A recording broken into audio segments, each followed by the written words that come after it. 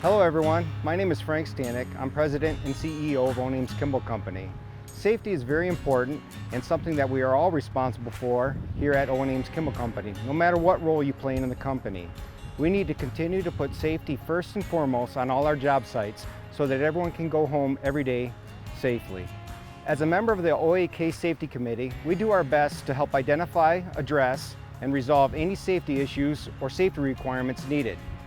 Going into the new year of 2020, our objective as a safety committee was to help improve upon safety requirements, specifically with fall protection, guardrails, scaffolding, and ladders, which are one of the leading causes of injury or death on a construction job site. By making a conscious effort to focus on these safety requirements, we hope to better educate our employees to know what to look for while they're doing their safety inspections. My name is Cade Dahman. I'm the Director of Field Operations here at OAK and also a member of our Safety Committee. As a committee, we reviewed our biggest areas for improvement in regards to safety and came up with 3 goals to focus on to better ourselves in 2020. Frank already touched on this, but our first goal was to improve on fall protection hazard observations. We've turned a big corner here in Q2 on this as we are finally seeing more good observations than hazards noted in our SWMGT safety audits. Second goal, we applied for a grant through MIOSHA to help fund new harnesses and retractables so that we have an attic stock for our employees to have access to. We also purchased respirators and training sessions with this money. Our final goal was to implement a safety audit that our superintendents can do on the job sites to further training on what they need to be looking for on site. This will be rolled out sometime this fall. Finally, when we have SWMGT visit job sites, we ask that they spend most of their time looking at these specific safety requirements and comparing their field observations to the prior year to see if we are making improvements. So with that, we thought we would take a few minutes and show you what we are looking for when we are doing a job site visit. Hi, I'm Seth Wayner, safety consultant with SWMGT, and we've been hired by OAK to inspect their projects, to look for safe work behaviors, to examine the environment for hazards, and to try to do our part to assist everybody to work in a way that prevents injury and also prevents costly OSHA fines. When we're at a loading zone, or we have this corral set up, but when we're loading materials at this zone, we have a high risk and potential really for falling. And so what we have to do to protect someone from falling is we guard the hazard itself, which we've done that here with a guardrail system. So the guardrails really should be designed like this. We have a top rail that's been designed at 42 inches, a mid rail at 21 inches, and then a 3.5-inch toe board, which protects things from rolling into the zone and off the side of the building. So we've done a nice job. These guardrails have to be able to withstand 200 pounds of push pressure out and down, which we've done that.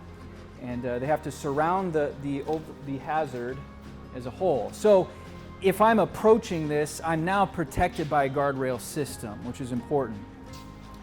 What's also good about this system is we have 2 forms of what's called an administrative control. It's signage that tells me if you're working within this gated area and the outside door gate is open, you must use fall protection and close the gate behind you. So now we're giving direction to employees on this project of what to do if they're to cross this guardrail system.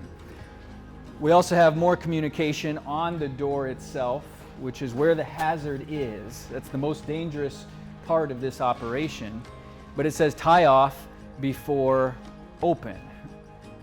So this is the guardrail system or the engineering control, but we also have a form of personal protective equipment that's already set up.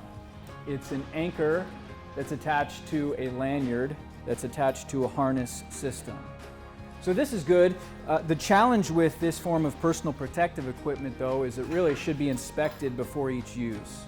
So we want to make sure that we're looking at the cable, that we activate it to make sure that it works. We're looking at the housing of the lanyard itself and the condition of the harness. We're looking for cuts, tears, burns, just signs of overuse and maybe some damage and loose or missing parts. So this is set up to work. If I'm going to approach this to load material or to receive material, I can use this personal protective equipment, this personal fall arrest system, I'm also being protected by an engineering control. It's a guardrail system. It's at the right heights of 42 inches, 21 inches for a mid-rail, and a 3.5-inch toe board.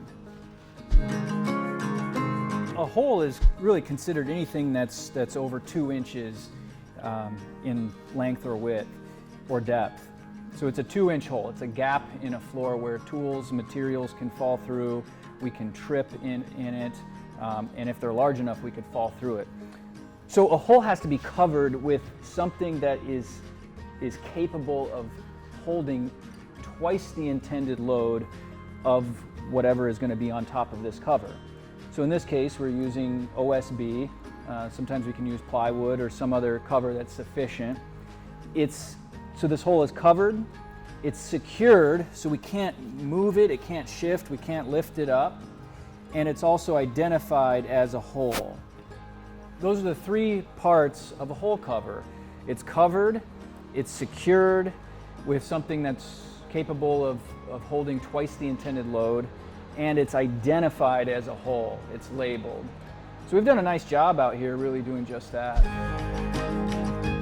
Ladders it's a very good tool, but they can be very dangerous, obviously. And sadly, many people are injured severely or even killed each year on these tools, whether it's at the workplace or at home.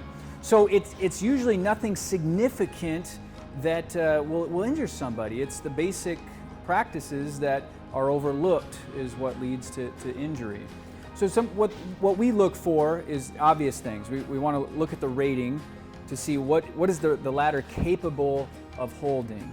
Do we have an employee that's exceeding the pound rating with tools and equipment or not? But that's going to be important. Can this hold somebody?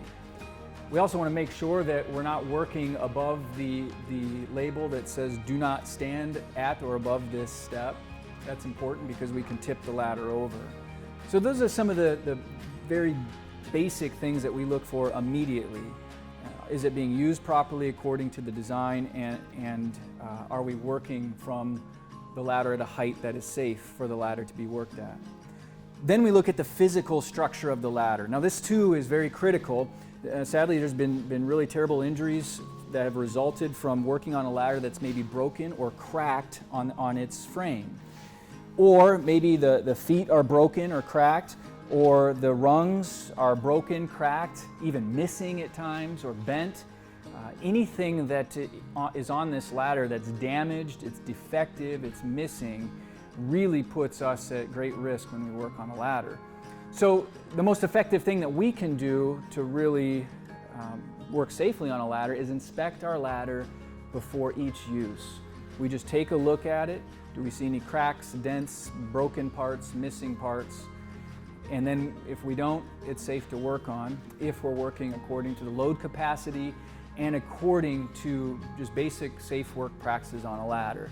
We keep both shoulders within the frame of the ladder, or at least one shoulder within the frame.